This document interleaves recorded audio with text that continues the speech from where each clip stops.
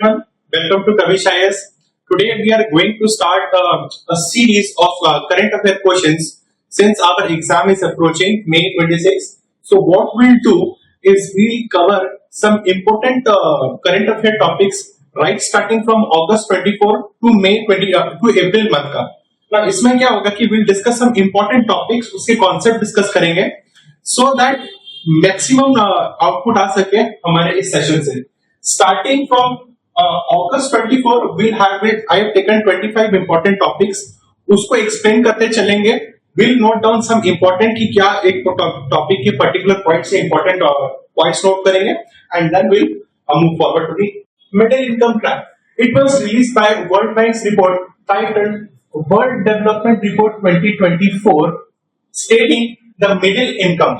It defines the middle income trap as a situation where middle income countries struggle to become a high income economy. एक middle earning economy, high economy बनने पे, high economy पे जो transition है वो नहीं हो पा रहा है due to rising cost and declining competitiveness. Rising cost or declining competitiveness are the main reasons of a country's middle income trap. कहां से आया है? वर्ल्ड डेवलपमेंट रिपोर्ट का, वर्ल्ड बैंक का वर्ल्ड डेवलपमेंट रिपोर्ट है. सजेस्टिंग क्या है? Middle income countries high economic countries नहीं बन पा रही है. Why? Because of the rising cost and declining competitiveness. The MIC का फुल फॉर्म है middle income trap. Middle income countries represent about 1/3 of global GDP, responding to 40% global economic output. 40% global economic output है और 1/3 of global GDP जितने भी countries होती हैं वो क्या है? मिडिल इनकम ट्रैप में फंसे हुए हैं. Now what are the factors that leads to this middle income trap? क्या फैक्टर्स ऐसे होते हैं जो लीड करता है कि हाँ भाई countries are becoming middle income? Rising labour cost सबसे पहला चीज है और इंपॉर्टेंट चीज है. Rising labour cost. As wages increases, industries that depend on cheap labour relocate elsewhere, leaving the country without a new competitive edge. Second, declining competitiveness. हमने यहाँ पे राइजिंग कॉस्ट तो देखा, डिक्लाइनिंग कॉम्पिटिटिवनेस ही जो इसका एक one of the main reason है वो यहीं पे आ रहा है. A lack of investment in higher value industry such as technology और advance manufacturing leading to economic stagnation. थोड़े दिन पहले हमने देखा था कि India is focusing on manufacturing.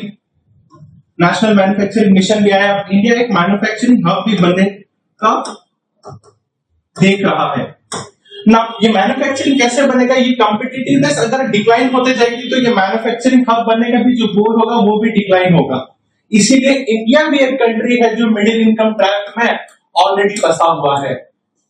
Showing that higher value industries such as technology or advanced manufacturing leading to economic stagnation. Insufficient innovation. Without strong innovation ecosystem, countries fall behind in global competition. इसका best example अगर हम लेंगे तो India का semiconductor industry है, where by China का अगर ecosystem देखेंगे तो बहुत अच्छा इकोसिस्टम है. बीच में कंपैरिजन भी हुआ था कि इंडिया का इकोसिस्टम, स्टार्टअप इकोसिस्टम कैसा है, चाइना का इकोसिस्टम कैसा है स्टार्टअप्स का. Whereby India is focusing on software as a service module पे है, वेयर बाय चाइना किस पे फोकस कर रहा है? एआई पे फोकस कर रहा है, सेमीकंडक्टर्स पे फोकस कर रहा है. That's the reason. इससे ओवरकम कैसे कर सकते हैं हम? How can we overcome? Privatize inefficient public enterprises, investment in education, skill development, जिसको अब आज की डेट में क्या बोला जा रहा है? Upskilling of skill labours. Recently एक रिपोर्ट आई है दैट इज इंडिकेटिंग कि हायर पेइंग जॉब लॉस भी हो सकता है. बहुत ज्यादा के ज्यादा एआई को people will lose job. So AI के हिसाब से अब चीजें यूज होने लगी है. हमारा इन्वेस्टमेंट किस में होना चाहिए आज की डेट पे? एजुकेशन पे होना चाहिए. जो अनस्किल्ड है उनको स्किल पे लाना है, जो स्किल्ड है उनकी अपस्किलिंग करनी चाहिए. हर रेगुलर 6 महीने 1 महीने में we should be upskilling our education program and these labors. Enhancing India's role as a global manufacturing hub. थोड़ी देर पहले मैंने बोला कि हमें क्या है, एक ग्लोबल मैन्युफैक्चरिंग हब भी बनना पड़ेगा, attracting more and foreign FDI which will attract more foreign direct investment. So एक मिडिल इनकम ट्राइब कंट्रीज क्या होती है, those countries which are struggling to become a high economy due to rising cost and global competitiveness। और उसके reasons क्या है, rising labour cost है, declining competitiveness है और इनसफिशिएंट इनोवेशन है। और उसे कैसे ओवरकम किया जा सकता है, इन्वेस्टमेंट कर सकते हैं किसमें, एजुकेशन पे, स्किल डेवलपमेंट पे, ग्लोबल मैन्युफैक्चरिंग हब बन सकते हैं और प्राइवेटाइजेशन होगा किसका, वो एंटरप्राइजेस का जो इनएफिशिएंटली काम कर रहे हैं। Moving on to next topic, carry trade। What is carry trade? Global investors often seek opportunities to maximize returns by borrowing money. Important terminology. Borrowing money in countries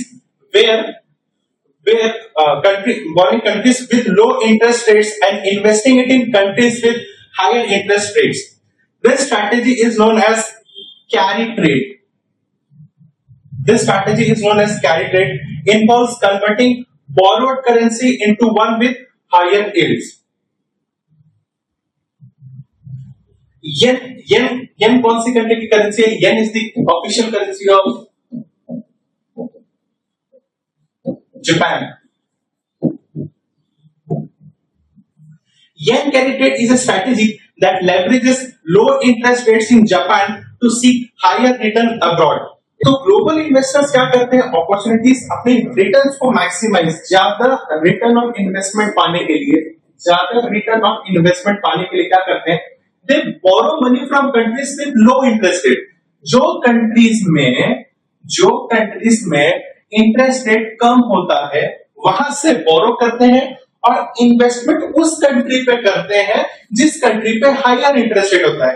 और इसी ट्रेड को क्या कहा गया है, कैरी ट्रेड कहा गया है। सपोज कंट्री ए है, कंट्री बी है, कंट्री बी का इंटरेस्ट रेट अगर 5% है और कंट्री बी का अगर इंटरेस्ट रेट 7% है, तो यहां से बोरो होगा और यहां पे इन्वेस्टमेंट होगा और इसी को क्या कहा गया है, कैरी ट्रेड कहा गया है। This is the concept of simply study का कैरी ट्रेड का कॉन्सेप्ट है। जापानीज yen पे carry trade is a strategy that leverages low interest rates in Japan to seek higher returns abroad। Japan से निकालते हैं दूसरे कंट्रीज में डाल देते हैं। Large scale unbundling of these trades can lead to significant movements in currency exchange rates and affecting market stability। Such an action will surely prompt market instability लाएगा ही लाएगा। क्यों, कभी यहां से पैसा निकाल ले जा रहे हो, कभी आप वहां पे पैसा ज्यादा डाल दे रहे हो सकता है कभी इस कंट्री का भी इंटरेस्ट रेट गिर जाए, इस कंट्री का इंटरेस्ट रेट बढ़ जाए। इससे क्या होगा, करेंसी एक्सचेंज रेट भी ऊपर नीचे होगा और मार्केट स्टेबिलिटी में भी इश्यू आएंगे। The yen appreciates significantly against the currency in which the investments are made. The cost of repaying the yen denominated loan and can increase, potentially offsetting the gains from the investments। ठीक है, next topic, ideas for life portal. Ideas for Life portal. It was launched by Ministry of Environment. It was launched by Ministry of Environment, Forest and Climate Change। बहुत important है, it's a crucial topic, important है, factual question हो सकता है। The portal invites innovative ideas to promote environmental friendly behaviors and lifestyles, encouraging students, researchers, faculties and innovators to contribute। ये क्या कर रहा है, एनवायरमेंटल फ्रेंडली बिहेवियर्स के लिए इनोवेटिव आइडियाज लाने की बात कर रहे हैं। किसके लिए, एनवायरमेंट फ्रेंडली बिहेवियर आइडियाज लाने की बात कर रहे हैं। किसको एनकरेज कर रहे हैं, स्टूडेंट्स को, रिसर्चर्स को, फैकल्टीज को एंड इनोवेटर्स को कंट्रीब्यूट करने के लिए। ये जो पोर्टल है, ideas for life portal, supports mission life 7 themes. Mission life के जो 7 थीम्स है उसके साथ में डायरेक्ट सपोर्ट करता है। सपोर्ट करता है। क्या सपोर्ट करता है? Saving water energy, reducing waste, e waste पे फोकस करता है, rejecting single use plastic, adopting sustainable food system and healthy lifestyle. क्या क्या चीज पे करेगा? वाटर सेव करना है, सेविंग एनर्जी है, रिड्यूसिंग वेस्ट है, रिड्यूसिंग ई वेस्ट है, रिजेक्टिंग सिंगल यूज प्लास्टिक्स है, अडॉप्टिंग सस्टेनेबल फूड सिस्टम है एंड हेल्दी लाइफस्टाइल है। This initiative is supported by educational institutions and partners like UNICEF युवा। Most important UNICEF युवा का है। 4 चीजें इसमें इंपॉर्टेंट है। क्या क्या? सबसे पहला यूनिसेफ युवा है, यूनिसेफ युवा है। दूसरा मिशन लाइफ को सपोर्ट करता है, मिशन लाइफ के 7 थीम को सपोर्ट करता है। तीसरा MOEFCC से लाया गया है। और चौथा क्या है सबसे इंपॉर्टेंट बात? किस पे स्टडी कर रहा है? फ्रेंडली एनवायरमेंटल बिहेवियर्स पे, एनवायरमेंटल बिहेवियर्स को पे स्टडी करने के लिए बुला रहे हैं। किसको? स्टूडेंट्स को, रिसर्चर्स को, फैकल्टीज को, इनोवेटर्स को। ठीक है, 4 इंपॉर्टेंट चीज शॉर्टकट में, 4 इंपॉर्टेंट बात है। Next one, बायोबिटुमेन। बिटुमेन क्या होता है? बिटुमेन जो रोड पे अपन जो ना कोल टार आप देखते हैं ना, जो बिटुमेन डालते हैं, जिसको ब्लैक कलर का या नेवी ब्लू कलर का, डार्क नेवी ब्लू कलर का सब्सटेंस देखोगे, उससे बिटुमेन कहा जाता है। Now what is biobitumen? Biobitumen जब कभी भी बायो लगा होगा मतलब क्या होगा? वो डेफिनेटली भैया क्या होगा? एनवायरमेंटल फ्रेंडली होगा फॉर श्योर। लेट्स स्टडी क्या है biobitumen. Biobitumen is a bio based, क्या है? Bio based binder, bio based binder है, derive from renewable sources like vegetable oils, crop stubble, algae, lignin, a component of wood, एक component है lignin क्या component of wood है, और even animal manure. और ये सारी चीजें अगर आप देखोगे, सारी चीजें देखोगे तो क्या है? रिन्यूएबल सोर्स ऑफ एनर्जी है। Sorry, renewable source of energy. अगर हमने थोड़ा हमें और भी नॉलेज होगा, एथनॉल ब्लेंडिंग भी हो रही है आजकल पेट्रोल पे, एथनॉल ब्लेंडिंग भी हो रही है, वो भी क्या है? It is a biofuel that India has achieve 20% biofuel हम ऑलरेडी अचीव कर चुके हैं पेट्रोल में ब्लेंडिंग के साथ, जिसमें 20% is ethanol and 80% is petrol, जिसको आजकल क्या कहा जाता है? E20 कहा जाता है, E20 कहा जाता है। सिमिलरली बायोबिटुमेन भी कहां से आया? बायोबिटुमेन भी किसमें? रोड पे लगाया जा रहा है। इट इज फ्री फ्रॉम किससे? Petroleum, and also known as bio asphalt. Very important चीज इसे कहा क्या गया है? बायो एस्फाल्ट भी कहा गया है। It is a sustainable alternative to conventional biofuel, fuel based bitumen. जो कन्वेंशनल तरीके में होता है ना, जो टार होता है, जब उसे डाला जाएगा रोड पे, जब डाला जाता है ना, तो आप देखिएगा कि जब से डाल रहे हैं तो बहुत ही ज्यादा स्मोक आता है और बहुत जल्दी हीट होता है। But this one is not going to heat. कहां पे है ये? तो 1 किलोमीटर स्ट्रेच है। कहां पे? नागपुर मनसा नेशनल हाईवे में has been made using asphalt mixed with 15% biobitumen. 15% मिलाया गया है, obtain from a crop residue called lignin. Important बातें मैंने यहाँ पे हाईलाइट कर दी है। क्या क्या बातें इसमें हाईलाइट है? एक बायो बाइंडर, बायोबिटुमेन क्या है? It is a bio based binder है। किससे बना है? रिन्यूएबल सोर्सेस से बना है। It is completely free from petroleum products, और इसे कहा क्या गया है? बायो एस्फाल्ट भी कहा गया है। It is a sustainable alternative है, मतलब क्या है? एनवायरमेंटल फ्रेंडली है, और 1 किलोमीटर का स्ट्रेच पे बनाया गया है, जिसमें क्या है? 15% बिटुमेन है, और किससे बनाया गया है? लिग्निन से बनाया गया। लिग्निन क्या है? It is a component of किसका है? वुड का। एक वुड का एक कंपोनेंट होता है, यहाँ पे लिखा हुआ भी होगा, ये देखिए, लिग्निन से बना है, कंपोनेंट ऑफ वुड। ठीक है, this is biobitumen. Next, what's the topic? Polar coupled analysis and prediction for services, PCAPS। It is a project of World Meteorological Organization WMO का प्रोजेक्ट है aimed at enhancing weather, water, ice and climate forecasting in the Arctic and Antarctic regions. It will improve security and safety for those living or traveling in polar areas. किस तरफ में?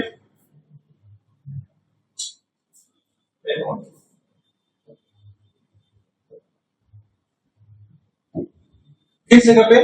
In the polar areas by developing better observation systems and Earth system models. क्या models है? Earth system models को develop करके है. It addresses the rapid climate change in polar regions which significantly impacts indigenous communities and local population. तो polar carbon analysis and prediction for services क्या है? It is a part of किसका? It is a part of World Meteorological Organization है. Aimed at enhancing क्या enhance करेंगे? Weather, water, ice and climate forecasting. In which regions? In which region? In both. Arctic पे भी है, Antarctic पे भी है. कहां पे है? Both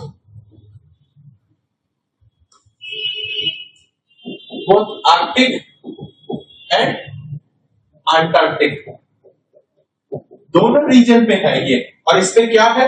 एम किस पे? वेदर, वाटर, आइस को स्टडी करने के लिए है, जो क्या करेगा? Improve security and safety. क्या बढ़ाएगा? Security and safety for those living and travelling in polar areas by developing better observation systems and Earth system models. It addresses rapid climate change. It addresses the rapid climate change in polar regions. कहां पे? हमेशा याद रखिएगा कहां पे है? Polar regions का बात कर रहा है, which significantly impacts indigenous communities and local population.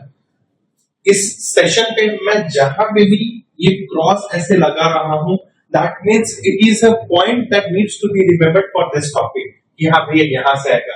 MCQ question जब बनेगा तो वहां पे ऐसे आ सकता है कि it focuses only on weather, water, ice. Climate forecasting अगर नहीं लिखा हुआ है और only लिखा है तो आपका MCQ इस पर राइट कर दो तो वो गलत हो जाएगा. कौन से? जैसे इसमें लिखा है, किसने क्या? अगर इसमें लिख दिया होगा कि नासा ने किया है बोल के, नासा का स्टेट, अगर नासा कर दोगे तो नहीं, वो गलत हो जाएगा. क्यों? It is by world metrological organisation है. ठीक है. So focus. Micro and nanoplastics emerging food contaminants.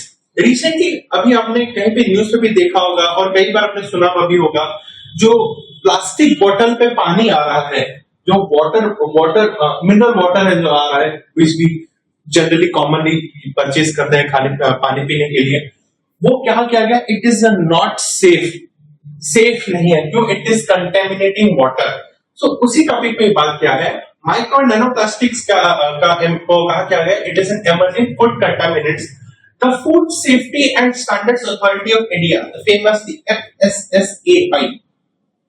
FSSAI has launched a project to address microplastic contamination. Microplastic contamination है. थोड़ा नीचे आएगा तो माइक्रोप्लास्टिक क्या है पढ़ेंगे. माइक्रोप्लास्टिक कंटामिनेशन हो रहा है, किसमें? फूड पे भी हो रहा है एंड ऑल्सो वाटर पे भी हो रहा है. It is to develop and validate methods for detecting micro and nanoplastic in food and assess the prevalence and exposure level of microplastics in various food products in India. So what is microplastic? These originate from various sources including the fragmentation होगा किसका? Of larger plastic debris, synthetic fibers from clothing, microbeads in personal care products. The FAO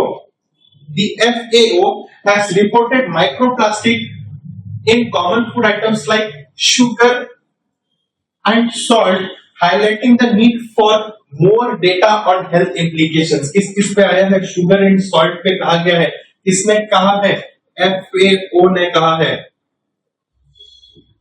ठीक है. Microplastic क्या होता है? Fragmentation of larger plastic debris, synthetic fibres from clothing and microbeads in personal care से आते हैं.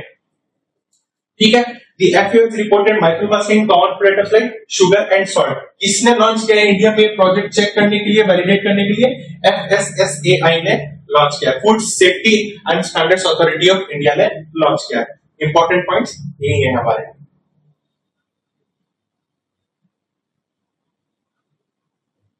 Malabar tree toad, what is Malabar tree toad? एक science environment का क्वेश्चन है, very interesting. A recent study indicates that the population of किसका, the population of whom the endemic याद रखना, endemic Malabar tree toad in Western Ghats, again very important, Western Ghats। अब यही question में exam आ जाएगा, endemic लिखा होगा और ईस्टर्न घाट्स अगर आप लिख दिए और आपने इसको नहीं पढ़ा है तो गया खत्म, वहीं पे गलत हो जाएगा।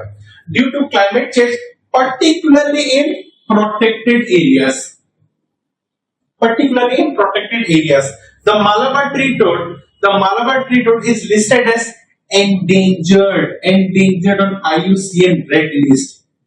एक तो क्या है, endangered है किसमें, और IUCN के रेड लिस्ट में है। किसके रेड लिस्ट में? IUCN के। Facing several severe threats from climate change, habitat fragmentation, pollution and disease, ये सारे से आ रहा है। इंपॉर्टेंट बात क्या है मालाबार ट्री टोड के बारे में? क्या है, एक तो एंडेमिक है, ठीक है, कहां पाए जाते हैं? वेस्टर्न घाट्स में पाए जाते हैं, due to climate change particularly protected areas, Western Ghats के प्रोटेक्टेड एरियाज पे। और क्या है, दीज आर एंडेंजर्ड है, एक तो एंडेंजर्ड है और IUCN की कौन से लिस्ट में है? रेड लिस्ट में है। 1 point, 2 point, 3 point, 4 point, 5 point, 6 point, 6 points to remember here, ठीक है। फेसिंग सीवियर थ्रेट्स तो किसी सबको मालूम है, क्लाइमेट चेंज हो रहा है, हैबिटेट फ्रैगमेंटेशन मतलब क्या, हैबिटेट चेंज कर दे रहे हैं, we are destroying the forest, उससे क्या हो रहा है कि उनकी नेचुरल हैबिटेट डिस्ट्रॉय हो रही है, that's the thing. Pollution and disease are the common things, ठीक है। These are the important. Endemic है, वेस्टर्न घाट्स में मिलते हैं, प्रोटेक्टेड वेस्टर्न घाट्स के प्रोटेक्टेड एरियाज में है। एंडेंजर्ड है, IUCN के किस लिस्ट में है? रेड लिस्ट में है। Next, effects of deep winter heat wave, nice concept and nice topic जो कि मेरे हिसाब से एक important है। Now the normal heat wave तो सबको ही तो मालूम है, गर्मी में जो अभी हमारा हो रहा है हीट वेव, तो हीट वेव है ही है। नॉर्मल कॉन्सेप्ट क्या है कि गर्मी में गर्म हवा बहने को क्या कहते हैं? एकदम सिंपल वर्ड्स में हीट वेव कहते हैं। बट हीट वेव कहां हो रहा है? अंटार्कटिका में हो रहा है। अंटार्कटिका में गर्मी होती है क्या? होती है वहां पे। अगर आप -50 डिग्री पे रह रहे हैं और अगर -30 डिग्री पे रह रहे हैं तो आप क्या बोलेंगे कि आज थोड़ा गर्मी है आज थोड़ा गर्मी है बोल के आप बोलेंगे, ये नहीं बोलेंगे कि बहुत ठंडा लग रहा है बोल के। That's the concept. Normal deep winter temperatures क्या होता है? इट यूजुअली वैरी बिटवीन, अच्छा मैंने यही पे लिख दिया, -50 डिग्री एंड -60 डिग्री सेल्सियस। मतलब क्या है, -50 से -60 डिग्री पे ही रहता है, वहां का नॉर्मल टेम्परेचर है ये। कहां का? अंटार्कटिका का। But Antarctica's deep winter heat wave for the second time in 2 years, a heat wave is sweeping through Antarctica at the height of its winter season. उसका रीजन क्या है? It is mainly due to the changes in atmospheric and ocean variables in southern hemisphere। Important बात, कहां पे हो रहा है भैया? southern hemisphere, especially in Antarctica and southern ocean। Weakening of the polar vortex, very important part. Polar vortex, it's a rare event that is only expected to occur every 1 or 2 decades on average। Polar vortex क्या है? Polar vortex is क्या है? It's a band of cold air and low pressure system। Cold air and low pressure system है that spins around the poles of Earth। Polar vortex है तो क्या है? It's a band of cold air and low pressure that spins around the poles of Earth in the stratosphere। The vortex that usually remains strong and stable during winter in southern hemisphere keeps the cold air trapped over Antarctica and not letting hot air come in। ठीक है, तो ये weakening है, polar vortex का भी क्या है, weakening of the polar vortex है, और क्या है, due to the oceanic variables in southern hemisphere. मोटा मोटी अगर आप बोलेंगे तो क्या है, सदर्न हेमिस्फीयर का वीकनिंग होना, सदर्न हेमिस्फीयर का वीकनिंग होना कपल्ड विद क्या है, वीक पोलर वोर्टेक्स। दोनों के वीक होने के कारण से क्या है, जो टेम्परेचर है वो क्या है, अंटार्कटिका का बढ़ जा रहा है। This is what deep winter heat wave. इसका इफेक्ट क्या होगा, what is its effect, natural सा बात है, अगर अंटार्कटिक पे गर्मी होगा तो क्या होगा, आइस शीट का रिडक्शन होगा, सी लेवल, आइस शीट का रिडक्शन होगा, सी लेवल्स बढ़ जाएंगे, affecting what, global oceanic circulation system. सीधी बात है, आइस शीट कम हो जाएगी, सी लेवल वाइज बढ़ जाएगा, affecting the global oceanic circulation system. Nitrogen use efficiency, nitrogen का यूज किसमें होता है, हमारे एग्रीकल्चर प्रोडक्ट्स पे होता है, एग्रीकल्चर को लेके है। जो नाइट्रोजन है, नाइट्रोजन इज मोस्टली या क्या है, सॉइल में यूज किया जाता है।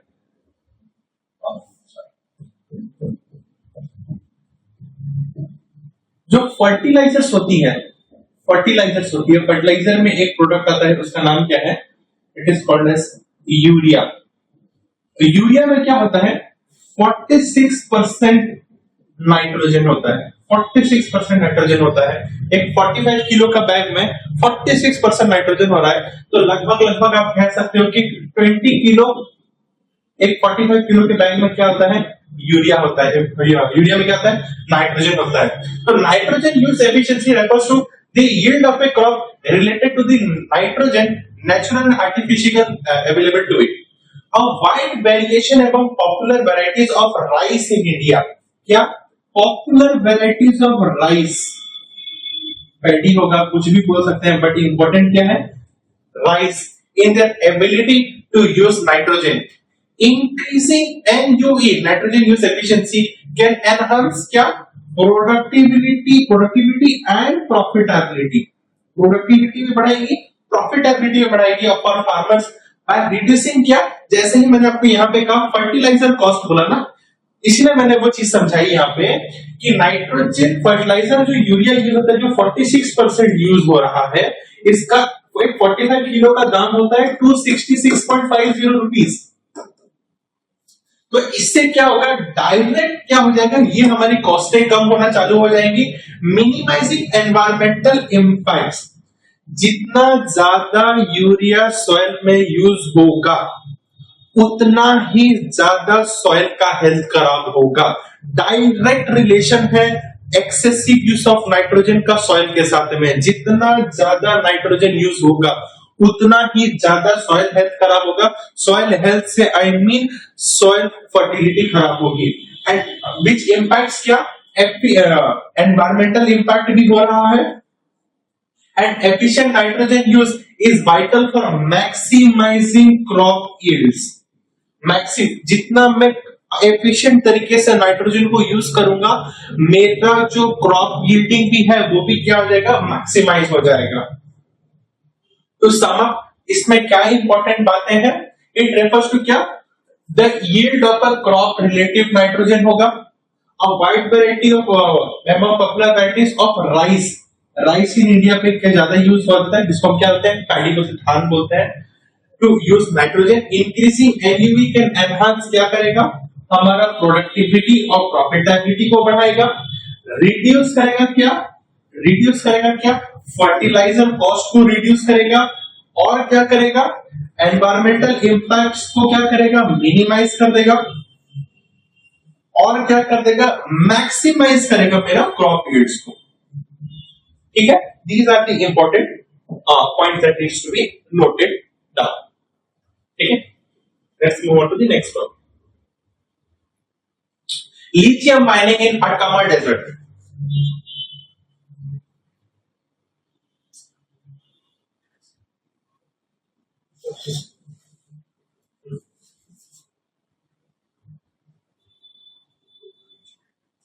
हाँ, अटकामा डेजर्ट कहां पे है, सबसे पहली बात तो कहां पे है, it is in Chile, right pronunciation is Chile. ठीक है, अटकामा डेजर्ट को क्या कहा, इसके जोन को क्या कहा गया है, शैडो ऑफ रेन भी कहा गया है। अटकामा डेजर्ट का क्या है, it has a rough white surface, क्या है, रफ व्हाइट सरफेस है with a large salt lake underneath, salt lake underneath it. The salt flat is rich in lithium. The salt flat is rich in the lithium. इसी lithium की mining हो रही है। अब mineral used in technology, lithium ion batteries आती है ना, गाड़ी में चलती है, फोन पे चलती है, ये वही लिथियम आयन बैटरी है। The lithium is mostly extracted from the southern part of the flat. अच्छा, मैं थोड़ी इंपॉर्टेंट चीजें नोट करवा देता हूँ, है ना।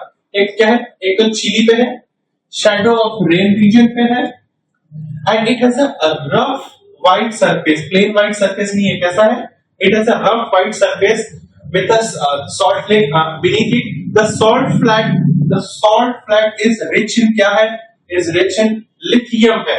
हम मिनरल यूज इन टेक्नोलॉजी पे आता है, सभी को मालूम है लिथियम का। The lithium is mostly extracted from the southern part of the flat. कहां से निकाला जा रहा है, southern part से निकाला जा रहा है। इसके इम्पैक्ट क्या होंगे, evaporation method used to produce lithium consumes large amount of fresh water. Lithium extraction uses harmful chemicals like sulphuric acid and sodium chloride hydroxide होगा, यस,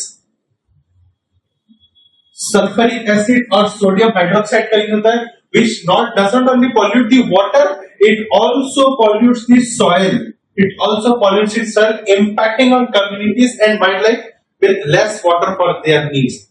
मतलब क्या हो रहा है, एक तो एक्सट्रैक्शन हो रहा है लिथियम का, उससे लिथियम का एक्सट्रैक्शन कहाँ हो रहा है, सदर्न पार्ट में हो रहा है। सदर्न पार्ट में एक्सट्रैक्शन करने के लिए जो टेक्नोलॉजी का जो चीजें इवापोरेशन मेथड यूज की जा रही है, उसमें क्या है, फ्रेश वाटर खराब हो रहा है, और उसमें क्या डाला जा रहा है, harmful chemicals like sulphuric acid डाला जा रहा है, सोडियम हाइड्रोक्साइड डाला जा रहा है, जिससे पानी ही नहीं सॉइल भी खराब हो रहा है, impacting on the communities and the wild life with less water for their needs. ठीक है। गलाथिया बे, गलाथिया बे क्या है, Galathea Bay, centre has designated Galathea Bay in the Andaman and Nicobar islands as a major port. कहां पे, Andaman and Nicobar islands पे, Andaman and Nicobar important रहेगा, कहां पे है, 20 मीटर डेप्थ है। It is being developed as an international container transshipment port, ICTP बनाया जा रहा है इसे, which is eligible for central funding आएगी and will be developed under the public private partnership model, public private partnership model पे होगी। कहां पे है, एक तो अंडमान एंड निकोबार पे है, 20 मीटर डेप्थ वाला है। क्या बनाया जा रहा है इससे, इंटरनेशनल कंटेनर ट्रांसशिपमेंट पोर्ट बनाया जा रहा है, which is also eligible for central funding है and will be developed under public private partnership model पे लाया जा रहा है गलाथिया बे को। ठीक है, 4 पॉइंट है याद करनी इसमें। कहां पे मेजर पोर्ट बन रहा है, अंडमान निकोबार पे बन रहा है, 20 मीटर अंडर वाटर सी डेप्थ है इसका, आईसीटीपी के नाम पे बनाया जा रहा है, सेंट्रल फंडिंग होगी इसकी, और सबसे इंपॉर्टेंट बात क्या है, it is made under public private partnership model. Simple. हाँ, ये बहुत इंपॉर्टेंट, ये मैपिंग के तौर से भी बहुत इंपॉर्टेंट है और कॉन्सेप्चुअली भी बहुत इंपॉर्टेंट टॉपिक है।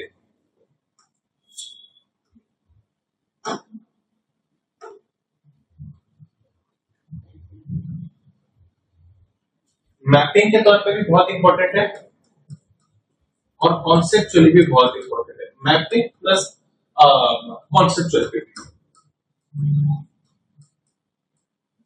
दोनों में बहुत इंपॉर्टेंट है। एक एक करके पॉइंट को डिस्कस करेंगे और पूरे याद ही कर लेंगे क्लास में, कोशिश करेंगे हमारे सेशन पे। Gibbon wild life sanctuaries the topic कहां पे है, जोरहाट आसाम पे है, जोरहाट आसाम पे है। Bogdoi river, very important, Bogdoi river borders the sanctuary, creating waterlogged areas dominated by semi-hydrophytic plants. Dominated by semi-hydrophytic plants. India's only gibbons, India's only gibbons, वो gibbons क्या है वो भी हम डिस्कस करेंगे नीचे क्या है। The hoolock gibbons are found here.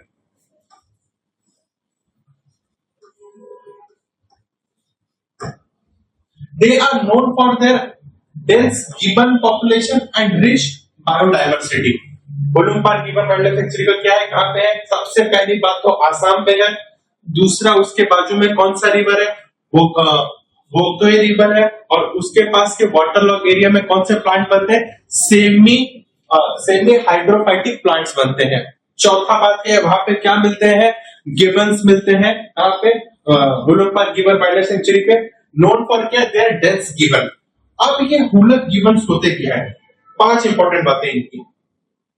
सबसे पहला, these hula gibbons or the white brown gibbons, इनको और भी क्या कहा गया है?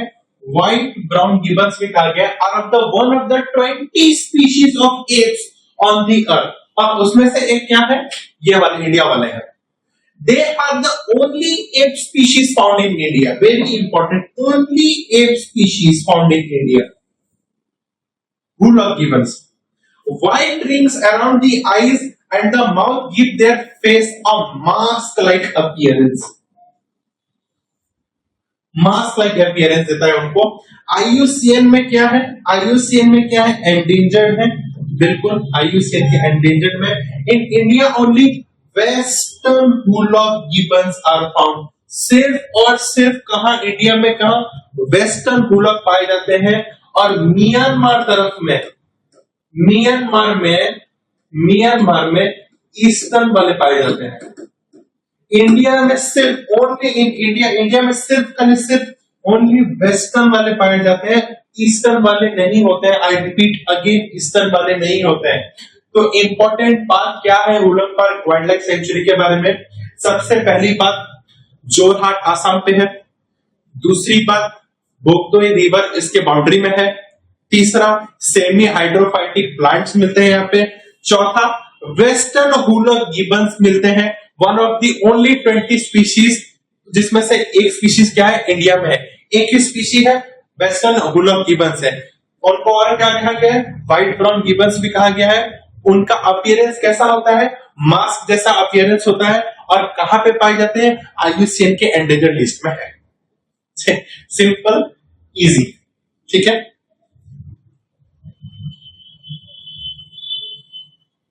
Next, tantalum. Again very crucial, very important topic.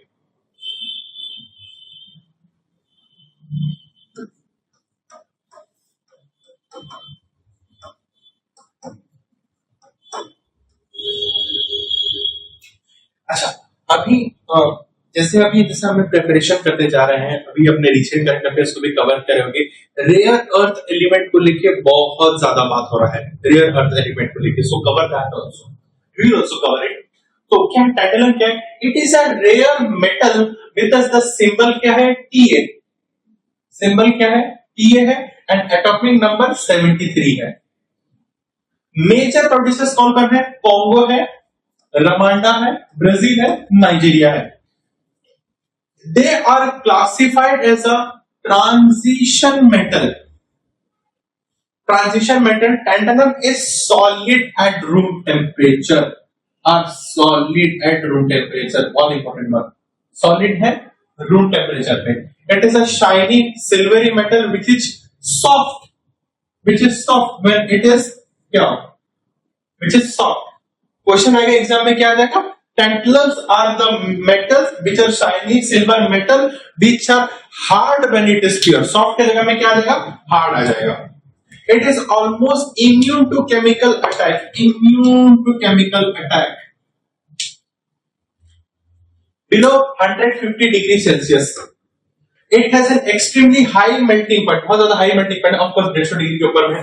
It is also used to make components for chemical plants, nuclear power plants, aeroplanes and missiles. But क्या है? It does not react with bodily fluids.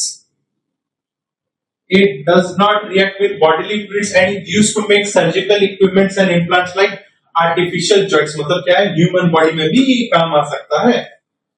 This makes them ideal for use in portable electronic devices such as smartphones, laptops and digital cameras. सारे के सारे बात important है, इसमें एक भी ऐसा नहीं है जो इंपॉर्टेंट नहीं होगा।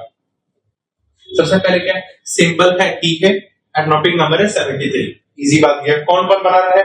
Congo, Rwanda, Brazil, Nigeria. ठीक है। सॉलिड है किस पे? रूम टेम्परेचर पे है। कैसे है? सिल्वर है, शाइनी है और क्या रहते हैं? सॉफ्ट रहते हैं। याद रखना, हार्ड नहीं रहते हैं, सॉफ्ट रहते हैं रूम टेम्परेचर जब प्योर रहते हैं। हमेशा क्या है? इम्यून टू केमिकल अटैक है और क्या है? एक हाई मेल्टिंग पॉइंट है। एक बार छोड़ देता मैं, हाई मेल्टिंग पॉइंट है। कहां का? न्यूक्लियर पावर प्लांट, एरोप्लेन्स पे भी यूज किया जा रहा है, मिसाइल्स पे यूज किया जा रहा है। But it does not react to bodily fluids. जिसका मतलब क्या है? आर्टिफिशियल बॉडी जॉइंट्स पे क्या यूज कर सकते हैं। This makes them ideal for क्या? स्मार्टफोन यूसेज, लैपटॉप और डिजिटल मीडिया पे भी, कैमरास पे भी हम इसे यूज कर सकते हैं। That's tantalum for you.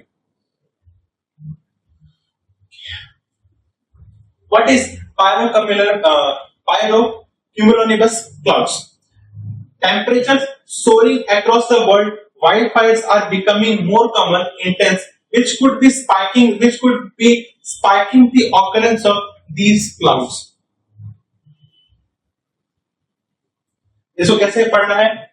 Pyrocumulonimbus clouds. Break कर देना है। Pyrocumulonimbus. Break it as Pyrocumulonimbus. Break.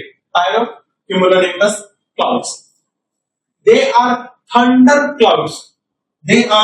Thunder cloud secreted by intense heat from Earth's surface. Very important part. They are thunder clouds secreted by intense heat from Earth's surfaces. They look much darker than typical clouds because of their large amount of smoke and ash. बहुत ज्यादा काले दिखते हैं because of क्या? large amount of smoke and ash होगा। These are thought to be responsible for several aerosol pollutants, air pollutants जिसको बोलते हैं aerosol pollutants trapped in the stratosphere. Important बात, कहां पे trapped है? Stratosphere and upper atmosphere. They have a deep layer of unstable air. क्या है? Stable air नहीं है, unstable air and is warm and moist. ठीक है। Pyrocumulonimbus clouds की क्या बात है? सबसे पहली बात तो क्या है? They are thunder cloud है, secret thunder clouds है, हमेशा याद रखना thunder clouds secreted by intense heat from Earth's surface से है। They are much darker than typical cloud, जिसके अंदर में क्या है? स्मोक और एश होता है। इसमें एरोजल पोल्यूटेंट्स होते हैं trapped in the stratosphere and they have a deep layer of unstable air and unstable रहते हैं और कहते हैं warm and moist होते हैं। Green term transition programme GTTP, again a very important, यहां से क्वेश्चन बन सकते हैं। मैंने ऐसे टॉपिक्स उठाए ना जहां से शायद क्वेश्चंस बन सकते हैं। GTTP was launched on 2023 is a key initiative under panchakarma संकल्प।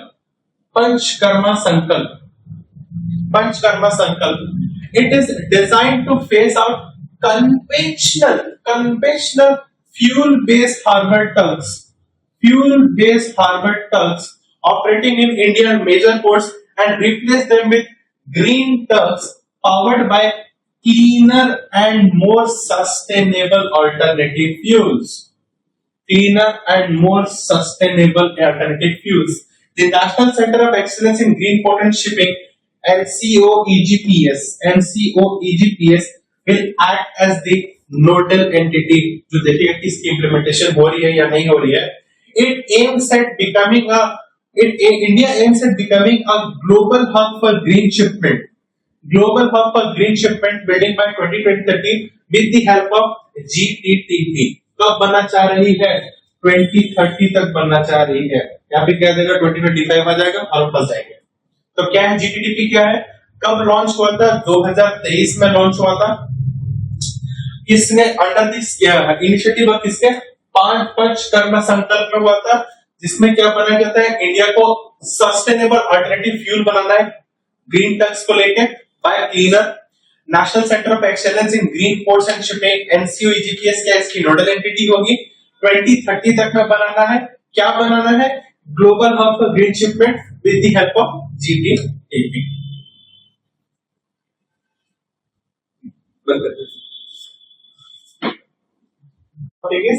Next 2.2. It is one of the flagship programs of Government of India for skilling. क्या चीज है, skilling Indian youth in trade disciplines like IT, manufacturing, and automobiles. During this period of apprenticeship, the apprentices are paid a stipend amount 50%, 50% of which is reimbursable to the employer from the Government of India. It is developed by the Ministry of Education. Ministry of Education कर रही है with AICTE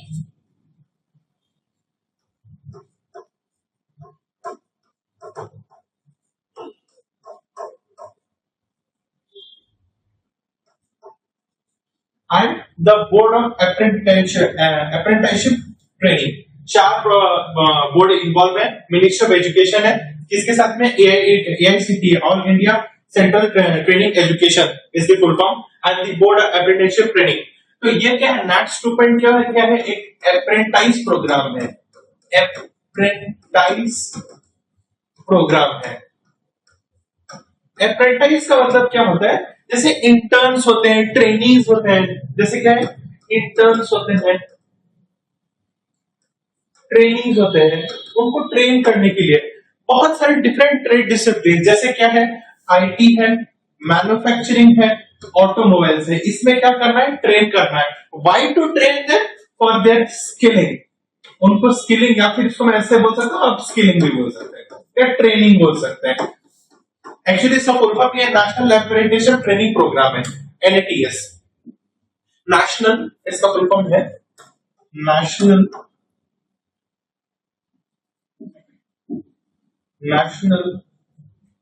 apprentice training scheme, national apprentice training scheme है। क्या है, इसमें different discipline पे हम उनको क्या करेंगे, अपस्किलिंग करेंगे, स्किलिंग करेंगे, जैसे कि आईटी पे, मैन्युफैक्चरिंग पे, ऑटोमोबाइल्स पे करेंगे। कौन करा रहा है इसको, मिनिस्ट्री ऑफ एजुकेशन करा रहा है, याद रखिएगा, मिनिस्ट्री ऑफ एजुकेशन करा रहा है, किसके साथ में, with AICTE and board of apprentice training program. Stipend कैसे मिलेगा, 100% का तो स्टाइपेंड होगा ही होगा, 50% क्या रीइंबर्सेबल है, कहां से आएगा, गवर्नमेंट ऑफ इंडिया 50% देगी and the rest 50% is by home, by employer.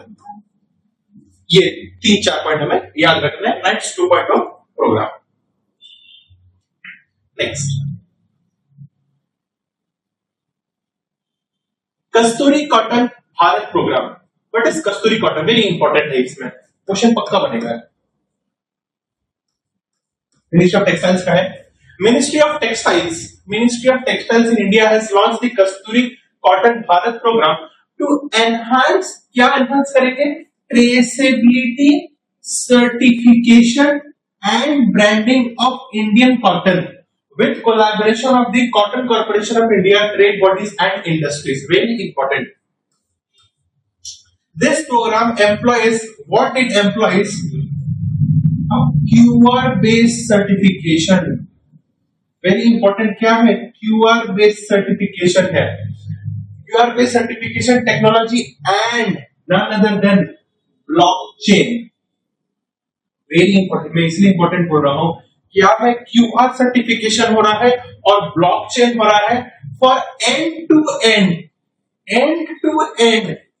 Traceability of Kasturi cotton Bharat, बनने से लेके यूज होने तक पूरा का पूरा ट्रेस होगा। इसको कैसे करके ट्रेस होगा, QR कोड बेस्ड सर्टिफिकेशन होगा और ब्लॉकचेन टेक्नोलॉजी का इस्तेमाल किया जा रहा है। इससे क्या होगा? It will enhance the global competitiveness of Indian cotton through self regulation, branding, traceability, certification, creating a what? Creating a sustainable ecosystem. Sustainable ecosystem. The Cotton Textiles Export Promotion Council, Texprocil, is designated as the apex body. बहुत important है इसमें, बहुत ये सारी जो चीजें हैं ना बहुत इंपॉर्टेंट है. कस्तूरी कॉटन भारत प्रोग्राम सबसे पहले क्या है? मिनिस्ट्री ऑफ टेक्सटाइल से है. सबसे पहले बात क्या है? मिनिस्ट्री ऑफ टेक्सटाइल से है. कस्तूरी कॉटन भारत प्रोग्राम का इंपॉर्टेंस क्या है? क्या कि उसका गोल है to have traceability of what? Kasturi cotton का ट्रेसेबिलिटी होना चाहिए. वो ट्रेसेबिलिटी कैसे होगी?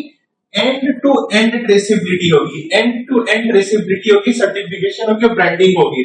और ये एंड टू एंड ट्रेसेबिलिटी कैसे करके होगी? क्यूआर बेस्ड सर्टिफिकेशन होगा और एम्प्लॉइंग ब्लॉकचेन टेक्नोलॉजी होगा. जिससे क्या होगा? ग्लोबल कॉम्पिटिटिवनेस बढ़ेगा. किससे बढ़ेगा? Through self regulation. Global competitiveness बढ़ेगा थ्रू सेल्फ रेगुलेशन. जिससे क्या होगा? Global competitiveness plus self regulation. Global competitiveness plus self regulation से क्या होगा? एक सस्टेनेबल इकोसिस्टम बनेगा. फर्दर इस पूरा प्रोसेस को देखने के लिए एपेक्स काउंसिल कौन सा है?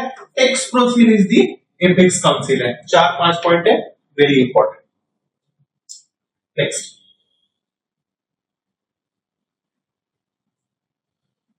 Nandini Sahakar Yojana, very important. ये भी Nandini Sahakar Yojana, it aims to assist women cooperatives. Women cooperatives को ट्रेस करेंगे in business model based activities under the national cooperative development corporation, under the NCDC. No minimum और maximum limit on financial assistance. कोई minimum limit नहीं है और कोई maximum limit नहीं है असिस्टेंस पे. इससे क्या होगा? It will improve there socio economic status bye supporting entrepreneurial dynamism through women cooperatives. Offers 2% interest subvention on new and innovative activities, whereas 1% subvention on other activities to reduce borrowings. दो important बात इस पूरे topic में, दो important बातें हैं. क्या है? It aims to assist women cooperatives को तो असिस्ट करेगी, ठीक है. किससे करेंगे? एनसीडीसी से करेंगे. वुमेन कोऑपरेटिव्स को असिस्ट करेंगे. किससे करेंगे? एनसीडीसी से करेंगे. जिससे उनको क्या होगा? No minimum no maximum limit का क्या होगा? फाइनेंशियल असिस्टेंस मिलेगा उनको. जिससे उनका क्या होगा? सोशियो इकोनॉमिक स्टेटस बढ़ेगा. और कैसे करके बढ़ेगा? कैसे करके उनका सोशियो इकोनॉमिक स्टेटस बढ़ेगा? हम उनको 2% इंटरेस्ट देंगे. किस पे? नए इनोवेटिव आइडियाज पे. और 1% देंगे पुराने वाले पे to reduce their borrowing cost. 4-5 very important बातें, ठीक है. नेक्स्ट टॉपिक हमारा क्या है? mRNA technology transfer program. ये साइंस एंड टेक का बहुत ही इंपॉर्टेंट चैप्टर भी होता है बायोटेक में, और साइंस एंड टेक का काफी इंपॉर्टेंट कॉन्सेप्ट भी है, ठीक है. This is launched to accelerate the development and ability of what? H5N1 avian influenza, mRNA vaccines for low and middle income countries. Low and middle income countries के लिए क्या है? एक वैक्सीन प्रोग्राम है. H5N1 क्या है? इट इज अ सब type of influenza virus. याद रखिएगा, सब टाइप है किसका? Influenza virus that primarily affects the birds. Primarily they affects birds. Again, very important. Primarily affects birds, but can infect humans also. Birds को तो किसको कहते हैं? Primarily birds है, but humans को भी कर सकता है, capable है. This mRNA prompts cells to create viral proteins, triggering the immune systems to produce antibodies and boost immune system. Very important part. This mRNA prompts cells to create ऐसा viral हो गया, ये वाइटल होगा, sorry, vital proteins triggering the immune system to produce antibodies and boost immune system. This program aims to democratize access to vaccine technology. इसमें सिर्फ 3 important बातें हैं। सबसे पहली बात क्या है, ये किसके लिए अवेलेबल है? H5N1 एवियन इन्फ्लुएंजा के लिए है, ठीक है। कहां पे अवेलेबल है? लो एंड मिडिल इनकम कंट्रीज के लिए अवेलेबल है। H5N1 क्या है? एक टाइप ऑफ इन्फ्लुएंजा वायरस है।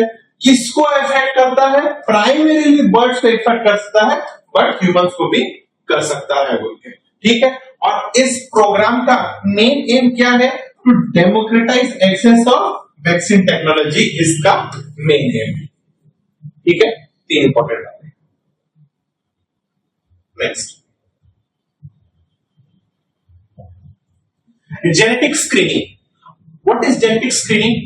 A tool used to identify individuals at higher risk for developing certain disorders or carrying specific genes for these disorders. It involves testing genetic material. Genetic material की testing होती है, जैसे कि क्या? Chromosomes, jeans और proteins to detect changes. It offers valuable insights to personal traits like food allergies, vitamins and mineral needs and other psychological factors. By identifying altered genes, genetic screening helps determine risks and offers preventive measures. पूरा का पूरा चारों point important है।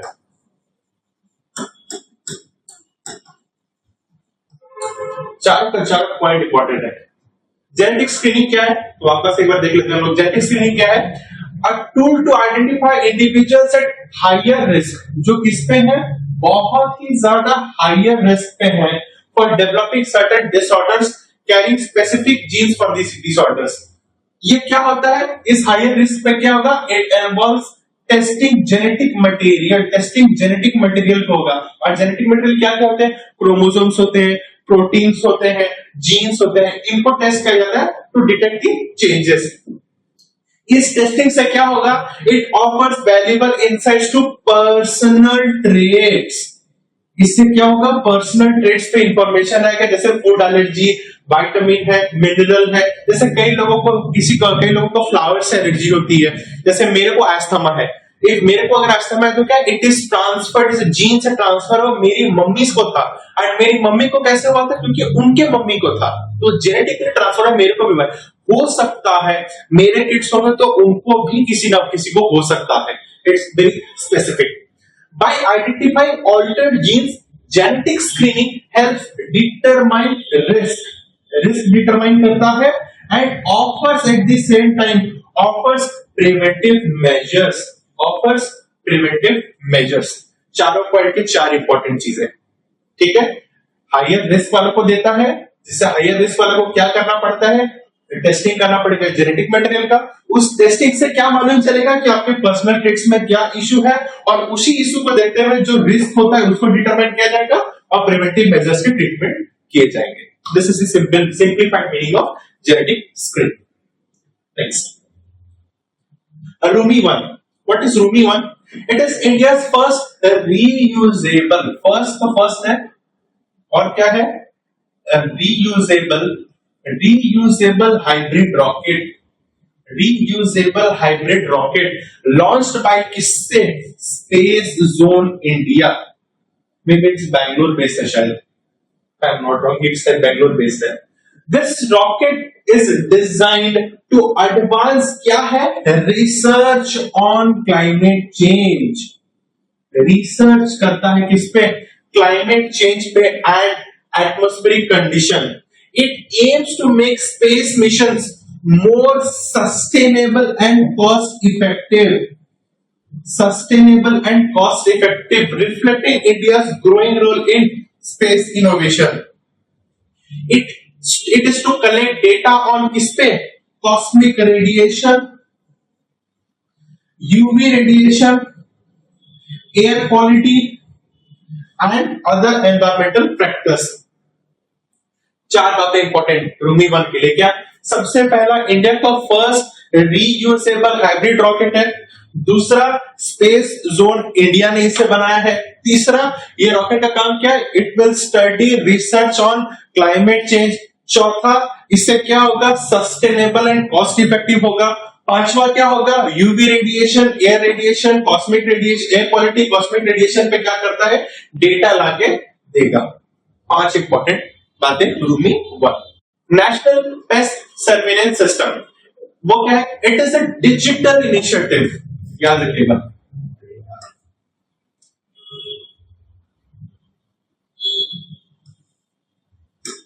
It is a digital initiative है of Ministry of Agriculture and Farmers Welfare,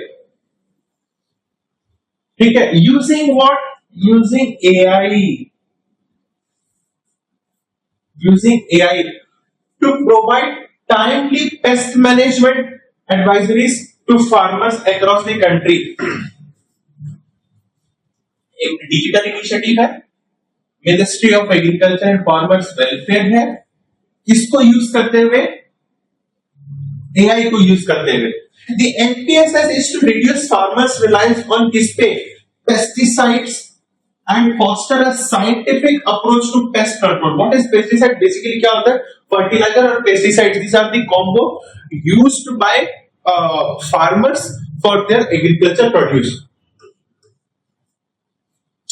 NPSS provides quick solution to pest attacks and crop diseases, reducing crop losses and thus improving crop productivity. इसमें 3 important बातें हैं। क्या? एक तो ये digital initiative है, सबसे पहली बात। तीसरा क्या है? Ministry of agriculture farmer welfare का है। तीसरा क्या है? यूज करते हैं AI को। चौथा क्या है? सबसे इंपॉर्टेंट बात है, इस पे क्या होगा? रिलायंस कम होगा, किस पे? पेस्टिसाइड्स पे कम होगा, जिससे क्या है? क्रॉप लॉस कम होगा, इंप्रूविंग क्या करेगा? प्रोडक्टिविटी को इंप्रूव करेगा। 5 इंपॉर्टेंट बातें। Next, directed energy weapons. These are electromagnetic systems. बहुत इंपॉर्टेंट बात। Electromagnetic systems capable of converting chemical or electrical energy to radiated energy and focusing on a target, resulting in physical damage that degrades, neutralizes, defeats or destroys an adversarial capability. Very important. Countries like China, Russia and others are also advancing their DEW capabilities. DEW मतलब क्या? Directed energy weapons. DEWs expand the scope of electronic warfare, which is the strategic use of electromagnetic spectrum in military operations. Durga 2 project, Trinetra, Kali are steps taken by India in DEW development. सबसे पहले इसका meaning या definition जो है उसको समझना बहुत जरूरी है। सबसे पहली बात क्या है? These are electromagnetic system. पहली बात तो इलेक्ट्रोमैग्नेटिक सिस्टम है, ठीक है। ये क्या है? This will convert a chemical or electrical energy to radiated energy.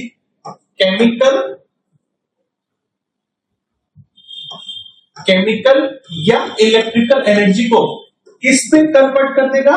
Radiated energy पे कन्वर्ट करेगा। टू न्यूट्रलाइज, डिग्रेड, डिफीट और डिस्ट्रॉय एन एडवर्सरियल कैपेबिलिटी। ठीक है। कंट्रीज किसके किसके पास है? China, Russia and others are advancing in the DEW capabilities. ठीक है। ये किस पे इसका स्कोप को बढ़ाएगा? This increases the scope of electronic warfare बढ़ाएगा using military operations. Further India के 3 प्रोजेक्ट्स हैं, Durga 2 project, Kali project and Trinetra project are the steps initiatives taken by India for the DEW development.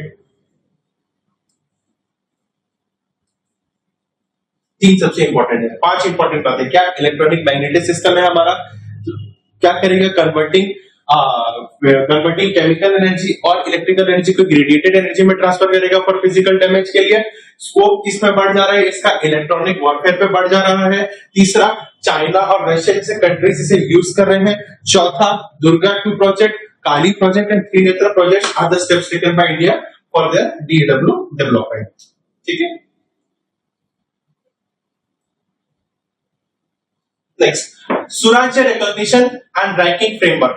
It is an empowering initiative designed to drive excellence among states to improve quality of life of citizens for a Viksit Bharat. It will recognize and reward states and organizations that excel in quality and innovation. It has 4 pillars: Shiksha, Swasthya, Samriddhi and Suhasan, introduced by Quality Council of India. ठीक है, सबसे पहले इसको उल्टा पढ़ते हैं। इस कौन इंट्रोड्यूस किया है? इंट्रोड्यूस बाय QCI और क्वालिटी काउंसिल ऑफ इंडिया। कभी कभी ऐसे भी आएगा QCI, quality council of India. इसका क्या है? 4 पिलर है। शिक्षा, दैट मींस एजुकेशन, स्वास्थ्य, दैट मींस हेल्थ, समृद्धि, दैट मींस प्रॉस्पेरिटी एंड सुहासन मींस गवर्नेंस। 4S पे डिपेंड करता है, 4S पे डिपेंड करता है। अच्छा, इससे क्या होगा? It will recognize and reward states जो इसमें एक्सेल करेंगे, जो इसमें एक्सेल करेंगे उनको रिवॉर्ड करेगा। And it is an initiative to drive excellence among state. तो क्या है? स्टेट की कॉम्पिटिटिवनेस बढ़ाएगा ये, स्टेट्स की कॉम्पिटिटिवनेस बढ़ाएगा कि कौन स्टेट अपने मतलब कौन सा स्टेट अपने सिटीजन्स के लिए, कौन सा स्टेट अपने लोगों के लिए अच्छा काम कर रहा है। And competition and healthy competition among these states will help India to achieve the dream of विकसित भारत। ठीक है, इसको उल्टा पढ़ेंगे। क्या क्या है? क्वालिटी काउंसिल ऑफ इंडिया ने इंट्रोड्यूस किया। ठीक है, क्या है? 4S के पिलर है। एजुकेशन है, प्रॉस्पेरिटी है, हेल्थ है, गवर्नेंस है, शिक्षा, स्वास्थ्य, समृद्धि एंड सुहासन है। जिसमें क्या होगा? It will excel in quality and innovation करेगा, स्टेट्स को अवार्ड देंगे और इससे क्या होगा? एक कंपटीशन बनेगा स्टेट्स के अंदर में, जिससे हम क्या अचीव कर सकते हैं? द ड्रीम ऑफ विकसित Bharat. Last topic, the Agricultural Accelerator Fund. What is? It is an initiative designed to support agri-tech startups. Very important बात, agri-tech startups and young entrepreneurs hailing from rural areas. Rural area से आएंगे agritech startups को और किसको? Young entrepreneurs को from rural areas. To provide, it will provide them financial backing and resources to startups, enabling the introduction of modern tools and technologies to the agricultural landscape. ऐसे कहा जाए तो introduction of क्या करेंगे? जो AI का introduction करवाएंगे। A financial assistance of ₹5 lakh is provided for the idea of pre-seeded stage and a seed funding आएगी। इसकी आएगी seed funding आएगी और 25 लाख सीड फंडिंग आएगी और 25 lakh is provide to launch the startup. Startup launch करना है तो क्या होगा? एक सीड फंडिंग आएगी 25 लाख की आएगी और फाइनेंशियल असिस्टेंस मिलेगा। कोई प्री सीडेड स्टेज पे है या फिर प्रोजेक्ट कुछ है तो उससे 5 लाख का असिस्टेंस मिलेगा। किसको मिलेगा? एग्रीकल्चर टेक स्टार्टअप्स को और यंग एंटरप्रेन्योर्स को फॉर रूरल एरियाज, जिससे उनको क्या होगा? इंट्रोडक्शन ऑफ एआई कर सकता है, डिफरेंट इनोवेटिव प्रोजेक्ट्स कर सकते हैं। From this we end our session. ठीक है, I hope you have liked our session and I'll try to bring such more sessions so that it will help you in your greater preparation and ensuring success. Thank you. Take care.